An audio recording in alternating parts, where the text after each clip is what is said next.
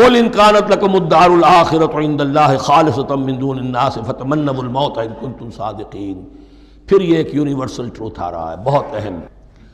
اس کو کرتے ہوئے خود انٹروسپیکشن کی ضرورت ہے، پڑھتے ہوئے، کیونکہ ان کا یہ خیال تھا نحن ابناء اللہ واحباؤہ، ہم تو اللہ کے بڑے چہیتے ہیں، بڑے لاڈلے ہیں، اولیاء ہیں، ہم پسندیدہ لوگ ہیں، we are the chosen people of the lord. یہ ان کا کہنا جو ہے یہ تو ان کی بڑی کھلی بات ہے، اور ان کا کہنا ہے کہ آخرت کا گھر تو ہمارے لیے ہے ہی ہے، اٹھا لو۔ اب دیکھیے لٹمس ٹیسٹ ان کے سامنے رکھا جا رہا ہے، لیکن یہ لٹمس ٹیسٹ میرے اور آپ کے لیے بھی ہے۔ قل ان كانت لكم الدار الآخرة عند الله خالصة من دون الناس، اے نبی ان سے کہیے کہ اگر تمہارے لیے آخرت کا گھر اللہ کے پاس خالص کر لیا گیا ہے دوسرے لوگوں کو چھوڑ کر، یعنی تمہاری ریزرویشن ہو چکی ہے وہاں، تمہارے لیے تو جنت ہی جنت ہے، فتمنوا الموت ان کنتم صادقین، تو اگر تم سچے ہو تو تمہیں موت کی تمنا کرنی چاہیے، موت کی تمنا کرو۔ اگر اتنا ہی یقین ہے جنت میں داخل ہونے کا تو دنیا میں رہنا تم پر گراں ہونا چاہیے۔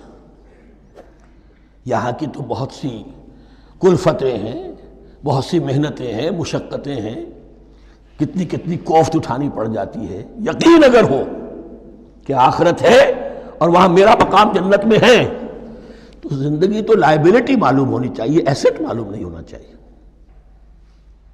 پھر تو دنیا سجن نظر آنی چاہیے، جیسا کہ حدیث میں فرمایا گیا الدنیا سجن المومن و جنت الکافر، یعنی کم سے کم یہ کہ دنیا میں زیادہ رہنے کی آرزو تو نہ ہو،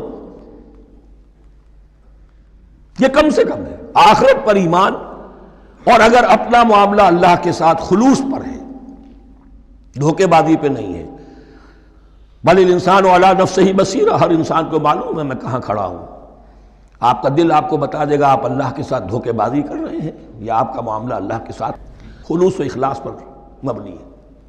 اگر یقین ہے کہ خلوص و اخلاص پر ہے تو پھر تو یہ ہے کہ زندگی ایسٹ نہیں لائبلٹی، اور دنیا باغ نہیں قید خانہ نظر آنا چاہیے، اور اس میں انسان رہتا ہے ایک مجبوراً، اللہ نے بھیجا ہے رہنا ہے، جو جو اس کی طرف سے ذمہ داریاں عائد کی گئی ہیں وہ ادا کرنی ہے، لیکن یار رہنے کی خواہش یہ اگر ہے تو یا تو آخرت پر ایمان نہیں یا اپنا اللہ کے ساتھ معاملہ خلوص اور اخلاص پر مبنی نہیں۔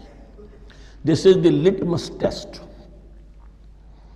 فتمنوا الموت ان کنتم صادقین ولن یتمنوہ ابدا، اور یہ ہرگز نہیں کریں گے تمنا اس کی، موت کی، بما قدمت ایدیہم، بسبب ان کرتوتوں کے جو ان کے ہاتھوں نے آگے بھیجے ہوئے ہیں۔ ہر شخص کو معلوم ہے میں نے کیا کمائی کی ہے، کیا بھیجی ہے۔ واللہ علیم بالظالمین، اور اللہ ان ظالموں سے بخوبی واقف ہے۔